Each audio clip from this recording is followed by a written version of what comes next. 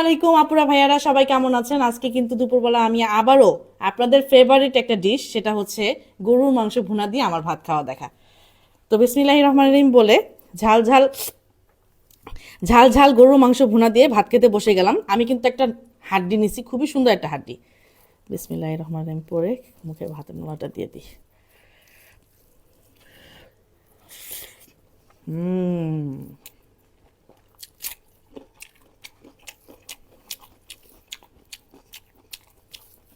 এত মজা,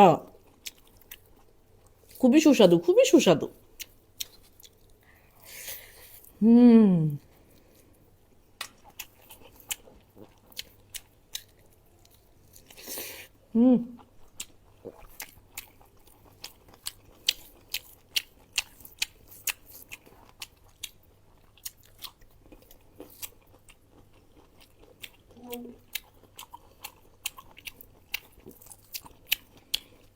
একদিন গরু মাংস ভিডিও না ছাড়লেই বলে, আপু আপনি গরু মাংস দিয়ে খান না কেন?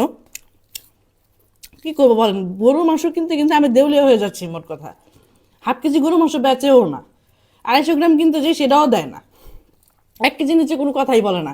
1 কেজি গরু মাংস আনি, ওইটা প্রতিদিন একটু একটু করে রান্না করে আপনাদের সাথে ভিডিওটা শেয়ার করি, শুধুমাত্র আপনাদের ভালোবাসার জন্য। গেছিলাম 250 গ্রাম গরু মাংসের জন্য, দিল না।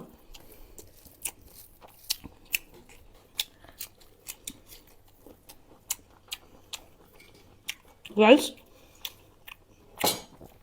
এত মজা।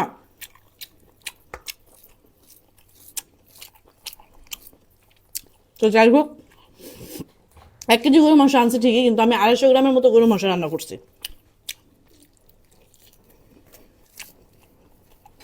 অসম্ভব মজা ভাই, মানে গরু মাংস যে এত মজা হয় আমার হাতে। উম,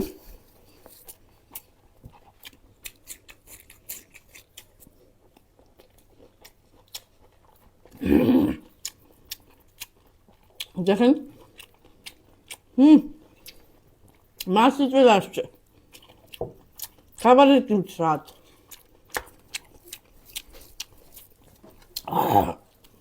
আহ হুম হুম হুম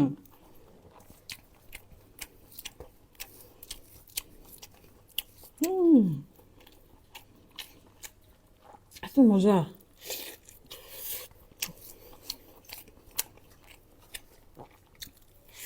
হুম হুম অমৃত।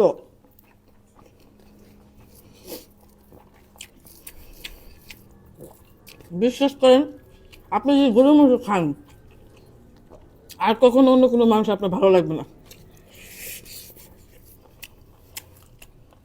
হুম হুম খুবই মজা। মুখে মনে সব এত মজা। আহা, এত আপুরা ভাইয়ার কাছে গরুর মাংস খাইতে পারি না, আমি পারি না। ধুর। দেখেন, ভাত খাবেন বড় বড় না, ছোট ছোট ভাত খাবেন না।